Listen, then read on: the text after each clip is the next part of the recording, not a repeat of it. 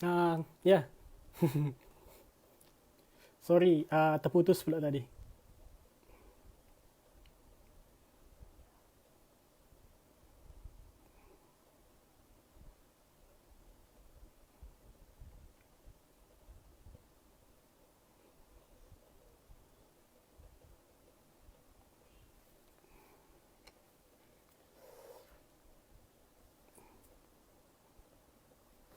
Okey.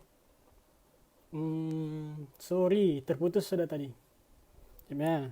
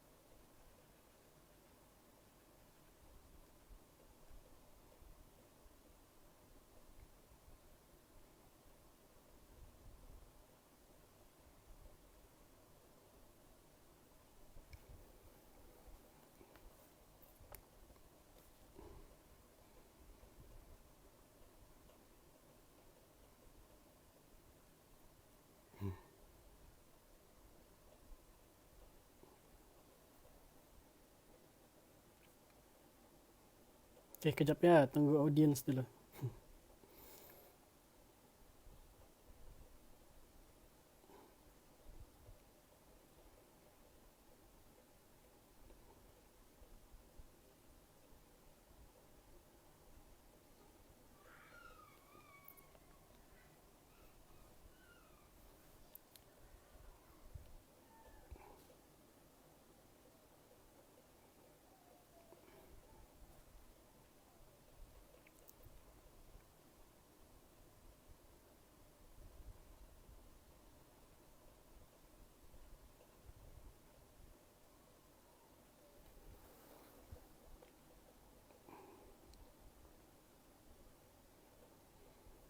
Okey, terima kasih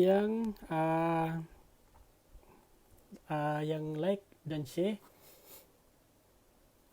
Terputus pula tadi.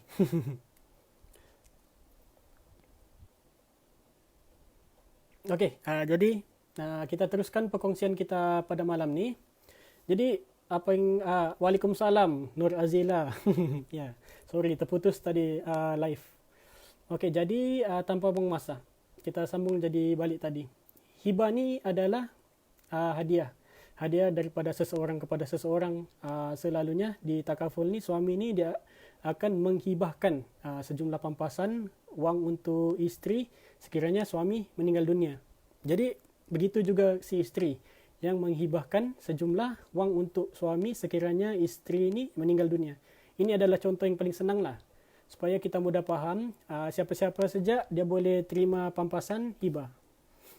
Okey, contohnya ex-girlfriend boleh, ex-wife boleh, isteri pertama pun boleh, isteri kedua boleh, isteri ketiga boleh, keempat boleh. Yang tak boleh tu isteri orang. Itu tak boleh.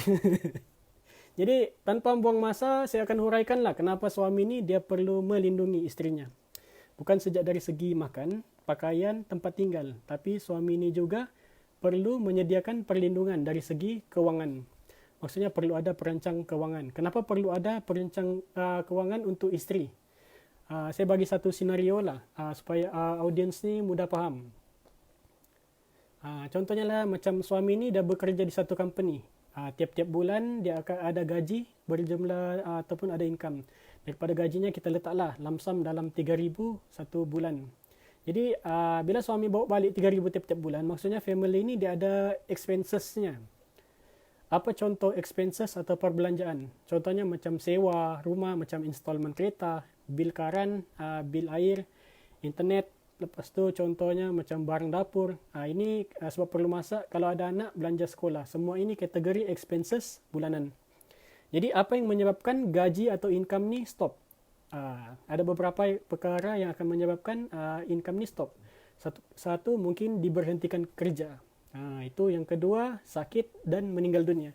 Jadi kalau contohnya berhenti kerja, kalau contohnya suami itu diberhentikan kerja, mungkin suami boleh cari kerja lain, tapi agak struggle suami untuk dapat gaji seperti sebelum ni. Jadi kalau contohnya macam sakit lah, sakit pun kalau balik-balik sakit, lepas tu balik-balik terpaksa cuti, company tempat bekerja pun mungkin akan menyuruh suami ni resign, dan ini akan menyebabkan family kamu kehilangan income. Begitu je kalau contohnya meninggal dunia. Bila suami meninggal dunia, adakah company tempat suami bekerja dulu akan bagi income kepada waris setiap bulan? Maksudnya kalau contohnya suami ni dia meninggal dunia, lepas tu company ni dia akan bayarkan maintain tiap-tiap bulan gaji itu atau enggak? Mestilah tidak kan? Jadi kenapa suami perlu buat pelindungan gaji? Supaya isteri ni dapat fokus untuk jaga anak sekiranya sesuatu berlaku pada suami. Sebab itu di luar sana berapa ramai isteri yang suri rumah sepenuh masa. Mungkin ada juga isteri yang bekerja ya, tapi tetap juga akan terkena sedikit tempias sekiranya suami ini meninggal dunia. Jadi sebagai isteri kena ambil tahu apa yang perlu dibayar tiap-tiap bulan oleh suami. Takut tiba-tiba nanti suami ini meninggal dunia, isteri terkejut jadi bidang terjun. Tak pernah ada pengalaman mengurus keuangan, tiba-tiba jadi accountant. Mungkin boleh jadi accountant, tapi pada masa yang sama suami kena sediakanlah sumber income-nya. Jadi sebagai suami, berapa jumlah perlindungan gaji yang kamu kena sediakan untuk isteri dan anak-anak kamu, sebab anak-anak kamu ni adalah tanggungjawab suami.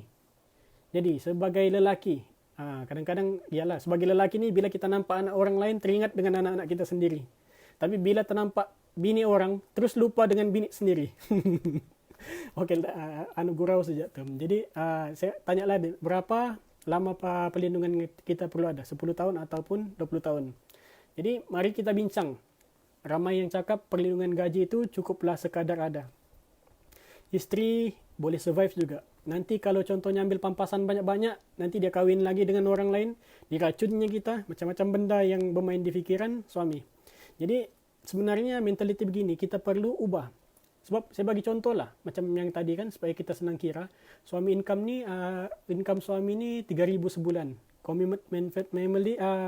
Komitmen family ni tiap-tiap bulan adalah 3,000. Jadi macam saya cakap tadi, sewa rumah, installment rumah, installment kereta, bil karan, api dan air, belum termasuk belanja dapur dan belanja sekolah, semua ni expenses setiap bulan.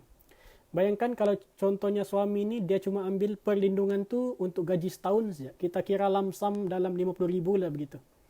Jadi lepas 1 tahun, siapa yang akan bayar bulanan rumah? Kalau contohnya rumah tu tiada MRTT ataupun MRTA.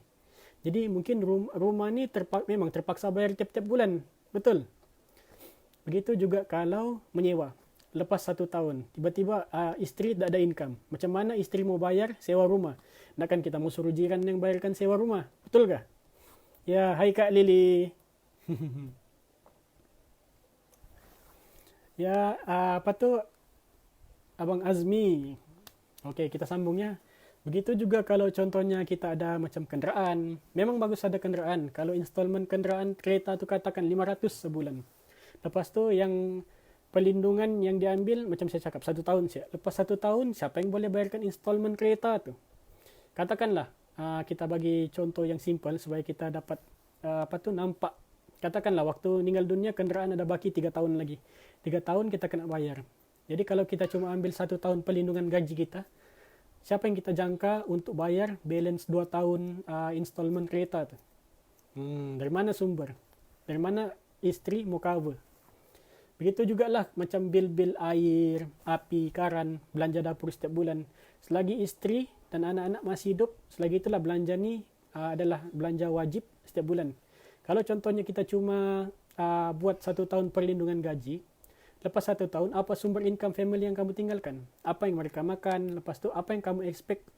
Bolehkah suami expect orang sekeliling akan bagi sumber income kepada family kita itu? Jadi kita cerita pula kalau ada anak-anak. anak-anak ni semakin lama semakin membesar. Jadi bila anak-anak ni semakin membesar, dia akan ke sekolah. Bila ke sekolah, dia perlu belanja. Belanja setiap hari, makan, duit poket sama yuran sekolah. Itu perlu. Katakanlah anak-anak kita ni waktu kita meninggal dunia, umur anak tu 5 tahun. Jadi kita buat pelindungan gaji cuma untuk 1 tahun. Lepas tu waktu 6 tahun isteri boleh bayar yuran sekolah. Tapi bila anak ni melangkah ke sekolah rendah, macam saya cakap tadi, yuran sekolah, baju sekolah, duit belanja sekolah, siapa yang kita expect? Siapa yang boleh bagi semua tu untuk anak-anak kita kalau bukan kita? Jadi dengan beban menjaga anak-anak bukan mudah. Sebab kita tidak mau biarkan isteri kita ni bekerja dan membesarkan anak-anak yang sepatutnya menjadi tanggungjawab kita untuk melindungi dan isteri dan family. Sekurang-kurangnya bila kita buat perlindungan gaji 10 tahun atau 20 tahun, isteri kita tidak terlalu stres memikirkan sumber income yang dan tak perlu pun meminta-minta. Jadi apa pandangan kamu? Masih relevan ke kita buat perlindungan gaji 1 tahun saja?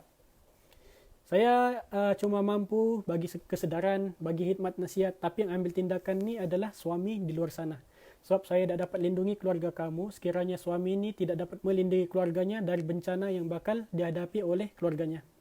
Tugas saya adalah berikan perancangan keuangan keluarga tuan-tuan di luar sana sebaiknya. Sebab kalau kita simpan sendiri untuk family kita, once kita meninggal, simpanan itulah yang akan diguna pakai oleh family kita sehingga habis. Kalau contohnya kita mencarum takaful, bila kita meninggal dunia, sekurang-kurangnya kita sudah ada ikhtiar melindungi family kita dengan memberi perlindungan gaji 10 tahun ini untuk mereka. Jadi mencarumlah waktu sihat, waktu masih hidup. Waktu meninggal memang tidak dapat mencarum sudah. Sebab itulah tanya pada istri berapa tahun perlindungan yang istri perlukan sekiranya meninggal dunia. Kadang-kadang kita mau tanya bini sama bini pun kita takut. Sebenarnya bukan takut bini, cuma bini ini yang menakutkan. Oke, jadi yang the next point. Apa yang saya mau kongsikan di sini adalah salah satu istilah. Yang istilah perubatan yang dipanggil bedridden.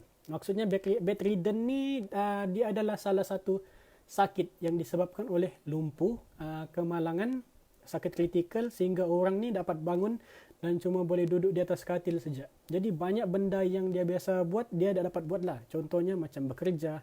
Dan bekerja ni adalah satu cara untuk generate income. Walaupun kita masih sihat, masih dapat bekerja, bermaksudnya kita masih boleh cari income. Bila ada income, ada gaji, maksudnya kita ada expenses setiap bulan. Jadi waktu kita sihat, kita masih boleh generate income ataupun gaji sebab kita masih bekerja. Cuma bila berlakunya musibah, sebagai contoh macam total permanent disability ataupun koma yang disebabkan oleh kemalangan, kes kemalangan sehingga lumpuh. Bila tak boleh kerja, tiada income automatic akan stop. Tapi kena ingat satu benda, time income ni stop, expenses dia akan tetap berjalan macam biasa. Family ni dia tetap kena bayar commitment expenses tiap-tiap bulan. Malah expenses bulanan ni akan bertambah disebabkan oleh faktor living cost, medication dan caretaker, orang menjaga orang sakit. Jadi orang yang menjaga ni dia perlukan sumber kewangan. Tapi kalau contohnya macam suami tiada sumber pendapatan, macam mana isteri boleh generate income untuk cover gaji suami yang hilang? Jadi apa yang saya mau tekankan di sini adalah bagaimana risiko penyakit, kemalangan yang menyebabkan sehingga individu ni ke tahap individu terlantar di katil. Kesukaran bergerak sehingga ada individu lain yang bantu mereka untuk meneruskan kehidupan.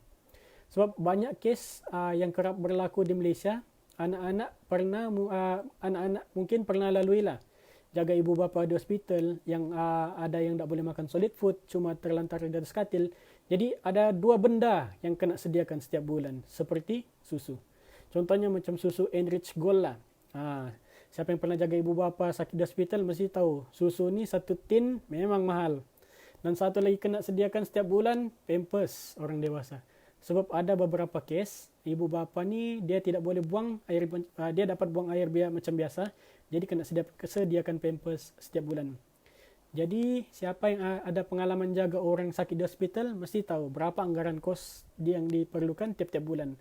Selalunya untuk kos 2 item ni, untuk 2 item ni sejak tiap bulan adalah lebih kurang dalam 2,000. kena sediakan setiap bulan. Selagi ada nyawa, selagi itulah keluarga kena letakkan sebagai main expenses setiap bulan. Jadi expenses automatic akan bertambah. Beli susu sama beli pampers. Jadi, katakanlah anda sudah sakit, cuma boleh terlantar di atas katil. Siapa yang akan jaga suami yang sakit ni? Mestilah isteri dan juga anak-anak. Betul tak? Sebab itulah financial protection ni dia perlu ditekankan dan perlu ada. Sebabnya untuk pastikan sepanjang suami itu sakit ada perlindungan kewangan, ada perlindungan sebab itulah ada sebab untuk pastikan sepanjang suami itu sakit ada perlindungan kewangan sehingga suami itu betul-betul sembuh. Sebab itu minimum perlindungan untuk suami ni kena ada 10 tahun perlindungan gaji. Sebab kita tak tahu benda ni unexpected. Nanti kita jangka kita punya suami sembuh 2 tahun. Rupanya kita berderetan sampai 10, 11, 12 tahun. Sebab itulah kita kena ada perlindungan 10 tahun daripada gaji. So, bukan komisen sebenarnya yang tinggi, tapi untuk pastikan keluarga kamu ni mendapatkan perlindungan yang secukupnya. Supaya boleh ringankan beban si isteri yang jaga suami sehingga suami benar-benar sembuh. Jadi nilai perlindungan tu sebenarnya jauh lebih bermakna daripada komisen yang kami terima tiap-tiap bulan. Kerana tugas kami sebagai life planner ni adalah untuk merancang kewangan keluarga anda sebaik mungkin dan meminimumkan anda dari terkena tempias kewangan yang teruk. Okey, jadi sebagai suami, adakah kamu mempunyai pelan kewangan sekiranya sesuatu berlaku kepada kamu? Sebab musibah ni di luar kawalan. Kemalangan dan penyakit ni ada risiko yang bakal memang kita hadapi. Tapi sejauh mana anda dan keluarga anda bersedia menghadapinya? Sebab bila waktu sihat, sebaiknya suami dan saya sendiri pun tak mau susahkan orang lain. Sebab kita ni ialah kalau suami ni memang kita nak mau susahkan orang lain. Lebih-lebih lagi orang yang kita sayang. Contohnya macam isteri. Tapi bila benda di luar jangka ni berlaku, kita memang tak ada pilihan lain. Dan terpaksa kadang-kadang susahkan je orang kita sayang. Tapi apa yang saya mau berikan nasihat, bagilah sedikit kewangan, bantuan kewangan. Sekiranya kita ditakdirkan kena bedridden, isteri ada duit hasil dari pampasan ni yang kita carum untuk living cost, medication dan caretaker. Okey, untuk poin yang seterusnya, harta pusaka menjadi rebutan. Kerap kali ni kita selalu kita dengar di dalam di dalam akhbar, mana-mana berita berlaku perebutan harta antara menantu dengan mertua. Okey. Semuanya bercerita soal hak ibu bapa, si suami, hak isteri, hak anak-anak dan hak anak perempuan. Tapi pernahkah kamu terfikir kenapa hak lelaki ni dia lebih besar daripada hak perempuan? Salah satu sebabnya adalah tanggungjawab. Sebab itulah yang selalunya hukum faraid ni, hak yang lelaki ni dia jauh lebih besar daripada perempuan. Jadi memang jadi tanggungjawab keluarga si suami ni dia menyediakan keperluan ahli waris tertentu, ahli waris tersebut untuk tempoh tertentu. Jadi kita selalulah bercakap soal hak, tapi jarang kita menjalankan sebenarnya tanggungjawab tu dengan baik. Sebab itulah ingat, lepas di dunia ni di akhirat manusia akan dipertanggungjawabkan dengan setiap perbuatan mereka. Apa yang kita ambil, jangan sesekali ambil hak orang lain. Sebab itulah untuk mengelakkan perebutan harta ni, suami kena disarankan untuk ambil hibah untuk isterinya. Bayangkanlah kalau contohnya suami ni dia ada KWSP dalam 100,000. Jadi kita ambil waris dia ada 5 orang. Satu bapak, bapak, dia punya mama, isteri, anak lelaki, anak perempuan, 5 orang. Okey, untuk bapak dia dapat 1/6, ibu 1/6, isteri 1/8. Anak lelaki 26 daripada 72 bahagian. Dan anak perempuan ni 13 daripada 72 bahagian. Jadi kalau tengok sini, meletak penama ni bukan bermaksud pemilikannya tu 100% pemilik penama. Tapi sebaliknya meletakkan penama ini adalah untuk memudahkan pengeluaran duit KWSP sahaja di Malaysia. Dan kita ni di Malaysia ni kita terikat dengan hukum faraid. Jadi setelah selesai pembagian harta suami mengikut hukum faraid, cuba kira jumlah yang diterima daripada 100,000 ni, jumlah yang diterima oleh isteri adalah 12,500. Jadi saya mau tanya, istri di luar sana. Kalau contohnya ada beberapa anak, lepas tu berapa lama duit 12.500 nih boleh bertahan. Itu kalau contohnya suami tiada hutang. Kalau contohnya KWSP itu ada 100.000, lepas tu hutang suami ni ada 120.000, bini yang terpaksa top up tu bayar cover hutang suami 20.000. Sebab itulah saya rekomenkan suami ni di luar sana ambillah plan hibah pengganti gaji untuk isteri masing-masing. Sebab bukan mudah, bukan senang isteri ni dia galas tanggungjawab setelah kehilangan suami. Sebab makin besar itu tanggungjawab isteri dan membesarkan anak-anak. Jadi sebagai suami meringankan beban kewangan yang bakal ditempuh oleh waris kita. Sebab waktu kita meninggal dunia, anak-anak dan isteri kita ni masih meneruskan kehidupan mereka sendiri. Jadi isteri dan anak-anak ni adalah anugerah Allah yang perlu kita lindungi. Jadi sebagai ketua keluarga, patutlah kita menyediakan hibah untuk memastikan kelangsungan hidup waris anda untuk tempoh yang tertentu. Jadi selagi suami masih hidup, masih diberi peluang untuk bernafas sehingga hari ini, itulah sebenarnya petanda suami itu masih ada kesempatan untuk melindungi mereka. Peluang tu masih terbuka untuk menghibahkan pampasan hibah supaya mereka dapat meneruskan kehidupan mereka tanpa kita. Jadi sebagai manusia biasa, semua ini adalah pinjaman dari Allah. So kita pun tak tahu pinjaman tu sampai bila, kita tak pasti. Sebab berapa ramai suami yang sihat walafiat.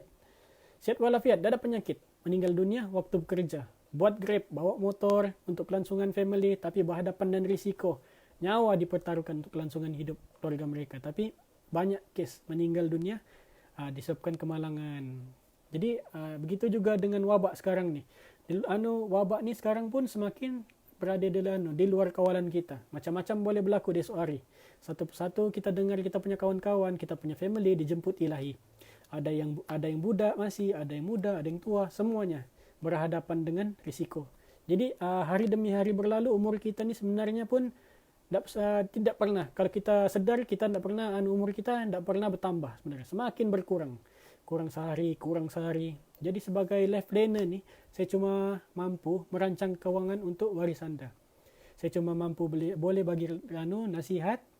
Saya tidak boleh melindungi waris kamu.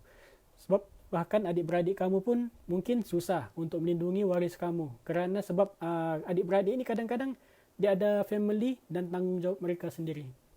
Sebab itulah kalau contohnya kamu mau orang lain bagi 10 tahun pelindungan gaji kamu, boleh maklumkan saya.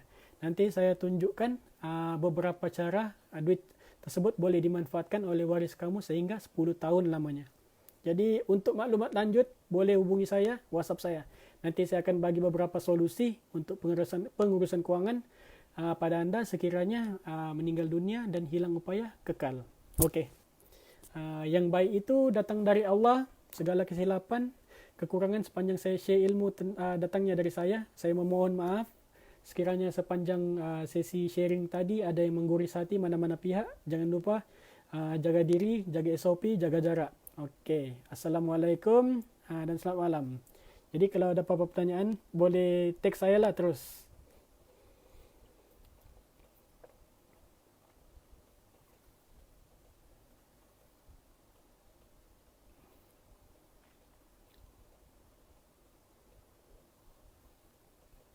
Okay, terima kasih yang sudi like.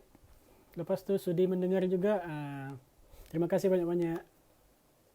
Okey, selamat malam dan Assalamualaikum.